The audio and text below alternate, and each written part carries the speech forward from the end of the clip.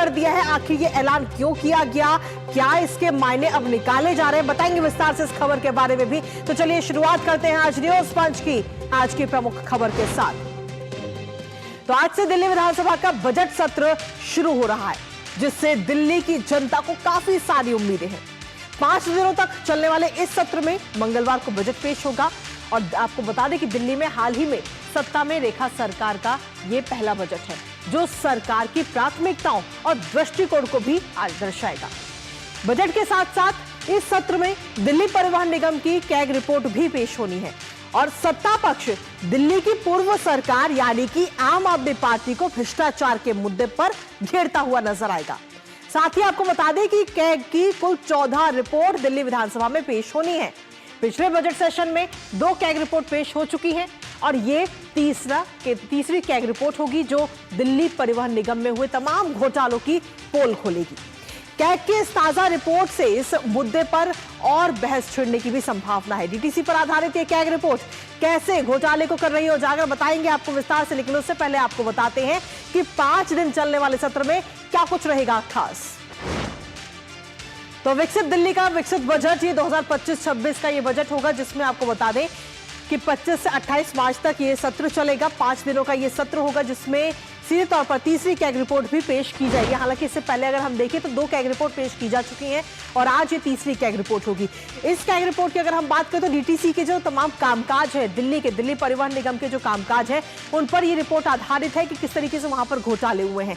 इसके साथ ही रेखा सरकार का ये पहला बजट है और इससे पहले बजट से दिल्ली वालों को बहुत सारी उम्मीदें हैं। हर किसी को उम्मीदें हैं दिल्ली के इस बजट से। मंगलवार को बजट पेश होना है, यानी कि कल बजट पेश होगा और इस बार का बजट बेहद खास है अपने आप में, क्योंकि इस बजट को बनाने के लिए दिल्ली वालों की राय भी ली गई, उनसे सुझाव भी लिए गए, जिसमें 10,000 लोगों ने सुझाव दिए हैं इस बजट को बनाने में। और आमजन के जो ये तमाम सुझाव थे, उनमें से कई सारे सुझावों को बजट में शामिल भी किया गया है। इसके साथ ही आपको बता दें कि इस बार का सत्र भी काफी खास और काफी अहम, क्योंकि भ्रष्टाचार के मुद्दे पर आम आदमी पार्टी को घेरती हुई भारतीय जनता पार्टी इस बार नजर आएगी। यानी कि सत्ता पक्ष जो है वो विपक्ष को घेरेगा पुराने मुद्दों को लेकर के, खासतौर पर कैग रिपोर्ट को लेकर के। लेकिन इसके साथ ही जो डीटीसी की जो कैग रिपोर्ट सामने आने वाली है, उस पर भी घमासान मचना लगभग तय माना जा रहा है, क्योंकि कैग रिपोर्ट से ये बड़ा खुलासा हुआ है, जहां डीटीसी में घोटाले की बात कही जा रही है। आपको बता दें कि इसमें सीधे तौर पर कहा जा रहा है कि जो पुरानी बसों की खस्ता हालत है, पुरानी बसें लगातार चल रही हैं और उनको नहीं हटाया गया, जिसकी वजह से काफी परेशानी भी हो रही है। मार्च 2022 तक अगर आपको बता दें तो 3,937 बसों का संचालन किया जा रहा था जमीनी स्तर पर। इसके साथ ही जिनमें से 1770 बसें ओवर एज थी, यानी कि उनकी उम्र से ज्यादा, और इसमें लो फ्लोर बसें भी शामिल थी। उम्र से ज्यादा बसें होने के बावजूद भी उनको जमीनी स्तर पर चलाया जा रहा था। बार बार ब्रेकडाउन की वजह से कहीं ना कहीं आम जनता जो इसमें हर रोज ट्रेवल कर रही थी, उसको सबसे ज्यादा परेशानी हुई। कुल मिलाकर हम देखें तो बसों की संख्या बढ़ाने पर सरकार जो है वो फेल होती हुई नजर आई है। इसके साथ ही आपको बता दें कि उपलब्ध धन था, लेकिन उसके बावजूद विस्तार करने में कहीं ना कहीं सरकार जो है वो विफल साबित हुई है। उपलब्ध धन के बावजूद भी संख्या नहीं बढ़ाई गई। साल 2007 की अगर बात करें तो दिल्ली हाईकोर्ट ने 11,000 बसों को बढ़ाने का आदेश दिया गया था कि 11,000 बसें होनी चाहिए दिल्ली में सड़कों पर, और 2012 में लेकिन दिल्ली कैबिनेट ने 5,500 का ही संशोधित लक्ष्य निर्धारित किया, यानी कि 11,000 को हटाकर के उसका लक्ष्य आधा कर दिया गया। और 233 करोड़ रुपए होने के बावजूद 2022 में सिर्फ 300 नई बसें ही खरीदी गई लोगों के लिए। साल 2009 की बात करें तो किराया बढ़ाने में वित्तीय संघर्ष काफी ज्यादा जिसका सामना किया गया, लेकिन उसके बावजूद भी किराया बढ़ाने की मंजूरी नहीं मिली। जरूरत के बावजूद किराया वृद्धि को सरकार की तरफ से मंजूरी नहीं दी गई, जिससे कहीं ना कहीं वित्तीय बोझ जो है डीटीसी पर वो और ज्यादा बढ़ता हुआ नजर आया। महिलाओं के लिए मुफ्त बस यात्रा भी बोझ का कारण कहीं ना कहीं बढ़ता हुआ नजर आया है, क्योंकि पूर्व की सरकार ने सीधे तौर पर यह बात कही थी कि महिलाओं को हम मुफ्त में बस दे रहे हैं।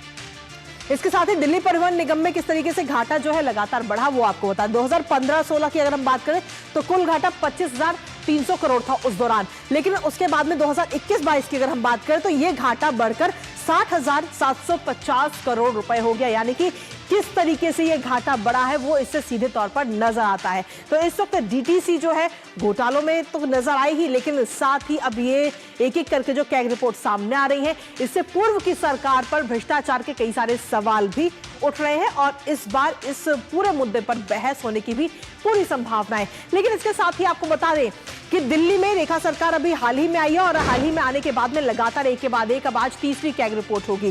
पहली कैग रिपोर्ट आपको बता दें कि 25 फरवरी 2025 को आई थी, शराब घोटाले पर आधारित थी ये कैग रिपोर्ट। उसके बाद 28 फरवरी को दूसरी कैग रिपोर्ट आई जिसमें स्वास्थ्य विभाग पर यह कैग रिपोर्ट थी और उसके बाद में अब ये तीसरी कैग रिपोर्ट आई है जहां डीटीसी पर यह कैग रिपोर्ट होगी। यानी कि आप सोचिए कि एक महीने के अंदर ये 3 कैग रिपोर्ट और कुल मिलाकर ये 14 कैग रिपोर्ट है जो एक एक करके सामने आई है और इन 14 में से ये तीसरी कैग रिपोर्ट जो कि आज सामने होगी। लेकिन ये कैग रिपोर्ट कहीं ना कहीं कई सारे पूरे जो घोटाले हुए हैं दिल्ली परिवहन निगम में उन तमाम घोटालों की पोल ये रिपोर्ट खोलेगी। और इस रिपोर्ट को लेकर अगर हम देखें तो कई सारी चीजें भी निकलकर सामने आ रही है कि किस तरीके से डीटीसी लगातार बोझ पर बोझ झेल रही थी। महिलाओं को जो मुफ्त बस की सेवा दी गई उस पर भी कई सारे सवाल खड़े हुए क्योंकि इससे कहीं ना कहीं वित्तीय संकट जो है डीटीसी के लिए वो भी बढ़ता हुआ नजर आया। हमारे साथ हमारे सहयोगी गिरीश इस वक्त जुड़ रहे हैं, सीधा उन्हीं का रुख करेंगे। गिरीश, आज की अगर हम बात करें तो 5 दिनों का सत्र आज से शुरू हो रहा है और इस बार खास बात यह है कि तीसरी कैग रिपोर्ट पेश की जाएगी। जी बिल्कुल कृतिका, आपने ठीक कहा। आज से दिल्ली विधानसभा का जो बजट सत्र है वो शुरू होने जा रहा है। अभी 11 बज चुके हैं करीब और यहाँ पर कुछ देर के अंदर यहाँ बजट शुरू हो जाएगा। और अगर बात की जाए कैग रिपोर्ट की तो इससे पहले इस नई सरकार के अंदर 2 कैग रिपोर्ट को पेश किया जा चुका है। पहले आबकारी पर थी, शराब नीति के ऊपर कैग की रिपोर्ट पेश की गई थी। उसके बाद हेल्थ के ऊपर जो थी वो रिपोर्ट पेश की गई थी और दोनों ही जो रिपोर्ट हैं उनको लोक लेखा समिति के पास भेज दिया गया है, जिसको जो है कहीं ना कहीं जवाब 3 महीने के अंदर दिल्ली विधानसभा के अंदर वापस भेजना है। और आज जो है तीसरी कैग रिपोर्ट यानी कि जो डीटीसी की कैग रिपोर्ट है वो पेश की जानी है और उसके बाद इस पर चर्चा की जाएगी। अब देखना ये होगा कि ये जो डीटीसी की कैग रिपोर्ट सदन में रखी जाएगी उसमें क्या क्या चीज़ें सामने आती हैं, क्योंकि पिछले अगर बात की जाए, चाहे स्वास्थ्य की रिपोर्ट की बात की जाए, चाहे शराब की रिपोर्ट की बात की जाए, तो उनमें बहुत सारे घोटाले सामने आए हैं। लगातार कई सवाल पिछली सरकार के ऊपर खड़े हुए हैं और आज जो रिपोर्ट पेश की जानी है अब ये देखना होगा कि इस डीटीसी की कैग रिपोर्ट के अंदर क्या क्या चीजें सामने आती हैं, क्योंकि पिछली सरकार ने इन 14 कैग रिपोर्ट को पेश नहीं होने दिया था। लेकिन भाजपा सरकार ने कहा था जैसे ही वो सरकार में आएंगे तो इन कैग रिपोर्ट को सदन में रखा जाएगा और पहली ही इन बैठक के अंदर उन्होंने पहली कैग रिपोर्ट को रखा था और आज तीसरी कैग रिपोर्ट को यहां पर रखा जाएगा जिसमें बाद में चर्चा भी की जाएगी।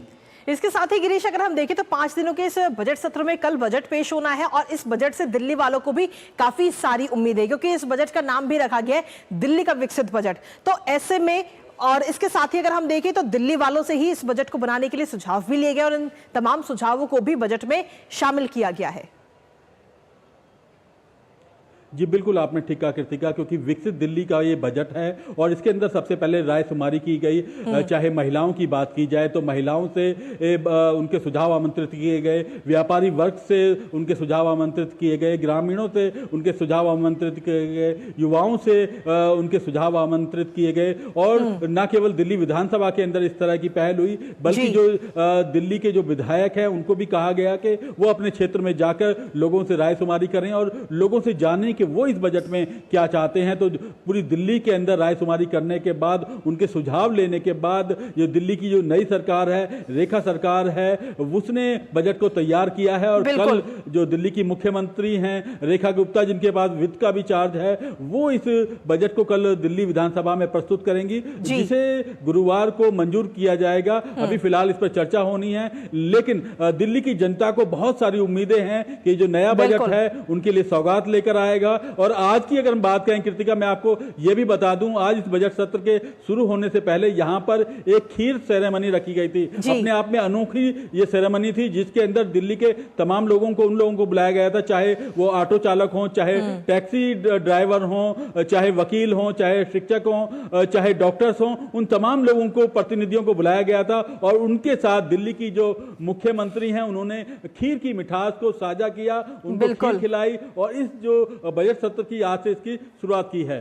फिलहाल अब देखना होगा कि खीर की मिठास के बाद इस बार का जो बजट सत्र होगा उसके बाद में विधानसभा के अंदर कितनी मिठास नजर आती है। फिलहाल बहुत बहुत शुक्रिया गिरीश, तमाम जानकारी हमें हमारे साथ साझा करने के लिए। कुल मिलाकर देखना होगा कि इस बार बजट सत्र से दिल्ली वालों को तो काफी सारी उम्मीदें हैं, लेकिन रेखा सरकार दिल्ली वालों की इन उम्मीदों पर कितना खरा उतरेंगी, नजर इस पर लगातार बनी रहेगी। लेकिन इसी बीच न्यूज पर वक्त एक छोटे से ब्रेक का है, आप बने रहिए हमारे साथ।